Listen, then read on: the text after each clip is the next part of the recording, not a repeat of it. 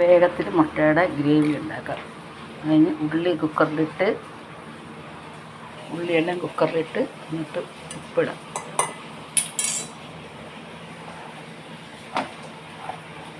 കുറച്ച് മുളക് പൊടി ഇടാം, കുറച്ച് മഞ്ഞൾപ്പൊടി ഇടാം.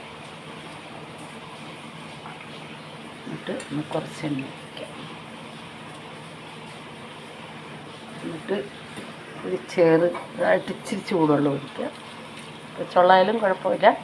ചൂടുവെള്ളം ഒഴിച്ചിട്ട് നമുക്ക് ഞൂടി കൂട്ടാം. അടപ്പടച്ച് തീ കത്തിച്ചു. ഇനി ആദ്യം വലിയ തീയിൽ വയ്ക്കാം. അത് കുറച്ച് നല്ല ചൂടായി കഴിയുമ്പോൾ ചെറു തീയിൽ വെച്ച് 2-3 വിസിലടുപ്പിച്ചെടുക്കാം.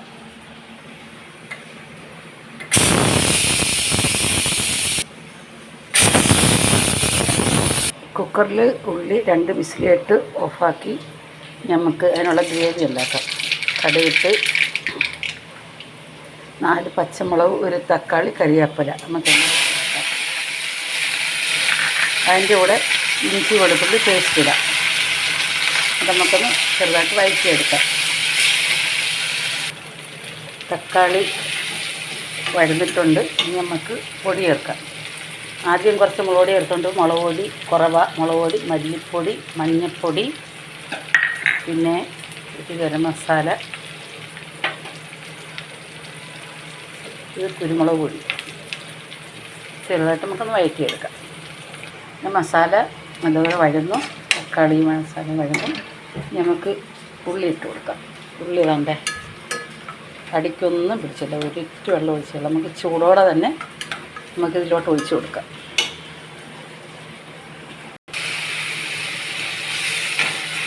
നമുക്കിതിലൊന്ന് വേവിച്ചെടുക്കാം. ഇങ്ങനെ ചെയ്യുന്നത് എന്തിനാണെന്നറിയാം? ഉള്ളി വയറ്റി കഷ്ടപ്പെടണ്ട. നല്ല സൂപ്പർ ടേസ്റ്റുമാണ്.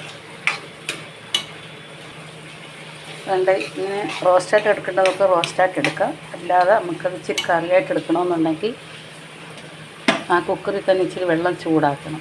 വെള്ളം കുക്കറിൽ തന്നെ ഇച്ചിരി ചൂടാക്കി നമുക്ക് ഒഴിച്ച് കൊടുക്കാം. ഇവിടെ ഇച്ചിരി വെള്ളത്തിൻ്റെ ആവശ്യമുണ്ട്. അപ്പോൾ കറിയായി, റോസ്റ്റ് കറിയായി മാറി. നമുക്കൊന്ന് തിളച്ച് ഇറക്കി മല്ലിയിലയിട്ട് കഴിക്കാം. നമ്മുടെ കറി റെഡി. ഉള്ളിയെല്ലാം നല്ല വെന്ത്, ഒന്നും വലുതായിട്ട് കാണാനില്ല. വെള്ളമൊക്കെ നമ്മുടെ ആവശ്യത്തിന് ചേർക്കാം കേട്ടോ. നമുക്ക് ഇത്രയും വെള്ളം മതി. നമുക്ക് മുട്ടക്കറിയുടെ കൂടെ കഴിക്കാനായിട്ട് നമുക്ക് എന്തെങ്കിലും വേണ്ടേ? അതിന് ഇന്നലെ 2 ഗ്ലാസ് പച്ചരി വെള്ളത്തിയിട്ട് അതിന്ന് രാവിലെ അതിനകത്ത് കുറച്ച് 1/4 ഗ്ലാസ് ചോറും 2 ഗ്ലാസ് അരിയും കൂടെ അരച്ച് ഉപ്പും ചേർത്ത് നമുക്കൊരു അരിയുടെ പൂരി ഉണ്ടാക്കാം.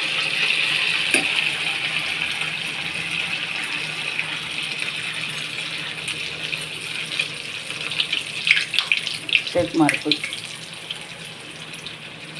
നമുക്ക് ചെറുതായിട്ടത് വെച്ചെടുക്കാം. ആദ്യം ഒരെണ്ണം ഉണ്ടാക്കി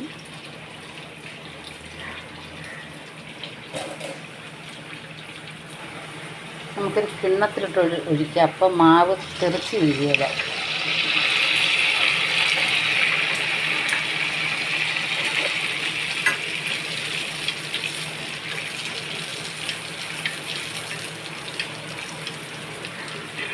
നമുക്ക് അതിനൊരു ചെറു തീയിലിട്ട് ഒഴിച്ചെടുക്കാം.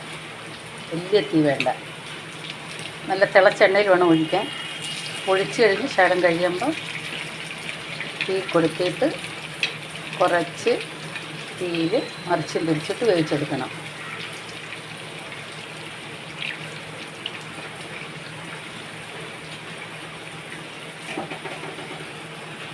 പിന്നെ അരിയുടെ പൂരിയെല്ലാം ഉണ്ടാക്കി മൂത്ത നല്ല ടേസ്റ്റായിരിക്കും. അങ്ങനെ മൂത്തെടുക്കുക.